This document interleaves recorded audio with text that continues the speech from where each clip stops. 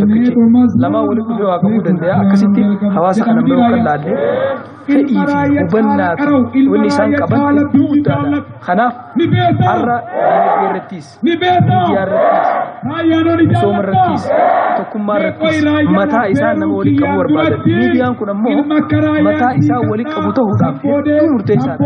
Kanaaf jajjabeenyaan bifa qaceelloo keessa gabbu'een miidiyaa waan ta'eef hubatee miidiyaa kana hawaasni dhiirti dubartiin xiqqaan guddaan abbaan qabeenyaa abbaan beekumsaa hundi waliin dhufee humna takka ta'ee miidiyaa kana gadhaabuu qaba waan jiruuf akkasuma hawaasa keenya dabarsuu qaba.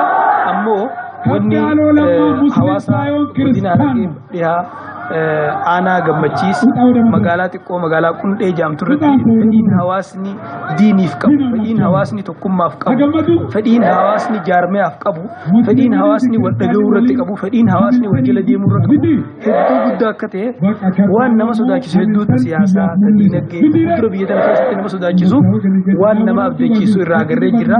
Hawaasa aanaa gammachiis godina Harargee lixaa magaalaa qundhee galatoomaa isin jaalannaa ulfaadhaa jennaan akkanuma bifa kanaan hawaasni keenya kan marsaa miidiyaa hundi bifa kanaan irra laallatee yoo itti tarkaanfatee bakka arra geenye tanaa miti bakka arra geenye tanaa miti bakka amata dhibba booda ga'uu teenyullee yeroo gabaabduutti ni geenya jeetiin abdii qaba. Hawaasa keenya isin jaalanna ulfaadhaa galatoomaan isin jaa dura wanni hawaasni hubatuu qabu hawaasni keenya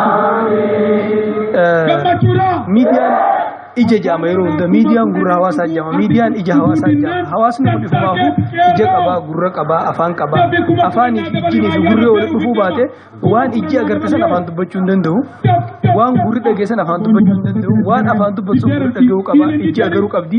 Akkuma namni kun waa hedduurraa waliin dhufee waliin jaaramutti hawaasni kun waliin dhufee tokkummaadhaan waan fedhe gadhaabuu danda'a waan fedhe hojjechuu danda'a. Dhaamsi asuma hawaasa keenyaa dhaabnu diinagdeef siyaasaaf wahuma hundaafuu miidiyaan nama barbaachisa. Diinagdeen miidiyaan keessa hin jirre humna hin qabu. Siyaasni miidiyaan bira hin jirre humna hin qabu. Miidiyaan addunyaa irratti humna afraffaa mootummaan kan ittiin biyya bulchurraa tokko. Kanaaf carraa gaarii yennaan hawaasni keenya akka aanaa gammachiis godina Harargee lixaa aanaa gammachiis magaalaa qundheetti magaalaan hirnaa magaalaan ciruu magaalota jimmaas baalees wallaggaas shawaas iddoo uummanni keenya jiran hundi miidiyaa kana miidiyaa islaamummaa babal'isu miidiyaa hawaasa kana guddisu miidiyaa ni jirra jechuun hawaasa kana agarsiisu bar miidiyaan ni jirraafis murteessaadha. Namni tokko miidiyaa osoo qabne ni jirra jechuun har'a yeroo har'aa keessatti ulfaata. Osoo miidiyaa hin qabne akkuma namni makiinaa hin qabne bakka takka dhaquu hin dandeenyetti namni miidiyaa hin qabnes garuu dhaquu hin danda'u. Nabiin alayhi salaatu wasalaam amantaan tun haga bahaa fi dhihoo wal geessii karaan itti amantaan bahaa dhihoo wal geessu miidiyaa. Har'a yeroo ispiikarri makarfoonni jiru keessatti ani sagalee xiyyaanii nama dhageessee jechuun nama qaanfachiisa. Waan namni dalagu yeroo miidiyaan jiru keessatti da'awaa tana babal'isu miidiyaan alattiin deeme jechuun xayyaaraan malatti bareedaan malatti deeme. Kanaaf iddoon biraa fakkii irraa fudhatanii miidiyaa hamiltanii fi miidiyaalee biraatis cinaa dhaabbatanii naannoo isaanii sagantaa akkanaa qopheessanii qarshii takka takka waliin baasan hawaasni keenya kun hawaasa miliyoona 50 oliiti. Miliyoonni 50 ol miidiyaa 50 dhaabuu danda'a biyya tana keessatti.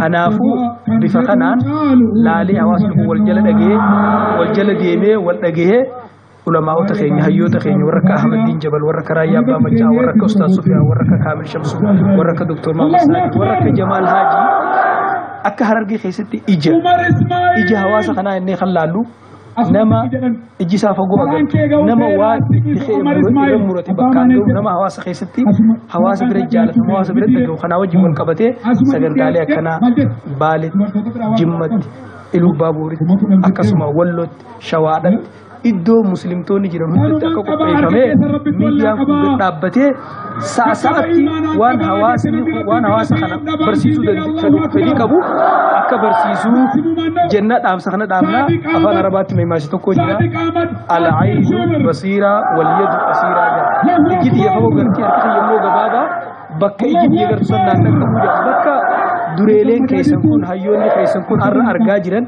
harka dhaqqabuu dadhabee fi harki keessan akka dheeratee bakka san isaan dhaqqabsiisu dhaamsa guddaa gama keessatti dabarsuu barbaadna. Warra fuuldura siyaasas dinagdees waa cufaanu biyya teenya tan jijjiiramtu nu haa godhu, hawaasa keenya kana tokko nu haa godhu, siyaasa biyya tanaallee rabbi nu haa tolchu. Siyaasni toluuf miidiyaan tolu barbaachisa, miidiyaan toluuf siyaasni tolu barbaachisa, dinagdeen toluudhaaf miidiyaan tolu barbaachisa, miidiyaan toluudhaaf bulchiinsi tolu barbaachisa. Wanni hundi walii hiituudha. Bulchiinsa keenyas bulchiinsa gaarii nu haa godhu, biyya teenya biyya nagaa nu haa godhu. Isin jaalannaa ulfaadhaa kabajamaa hawaasni magaalaa Qundhee galatoomaa ulfaadhaa. TV Hamilton hundeessitoota keessaa Ustaaz Sheikh Jamaal Aliyyi hedduu si galateeffadha yaada ibsa bal'aanaa kenniteef. Ulfaadhu hawwii keenya CV obboleessa keenya ka kaameeraa duuba jirus baay'ee isin galatoomfannaa. Yeroo hedduu nama gaarii hunda, nama ulfaataa hunda, nama jabaa hunda isa duuba har'a jabaa jira. Akkuma ilma jabaa haadha jabduu duuba jira jaanitti, obboleessa jabaa obboleetti jabduu duuba jira jaanitti kaameeraa kanarraa yeroo hedduu miidiyaa irraa nama mul'atu kaameramaan jabaa duuba jira. Akkasumatti editara warra ediit godhu jabaa duuba jira. Isinillee galatoomaa ulfaadhaa maqaa hawaasa kanaatiin.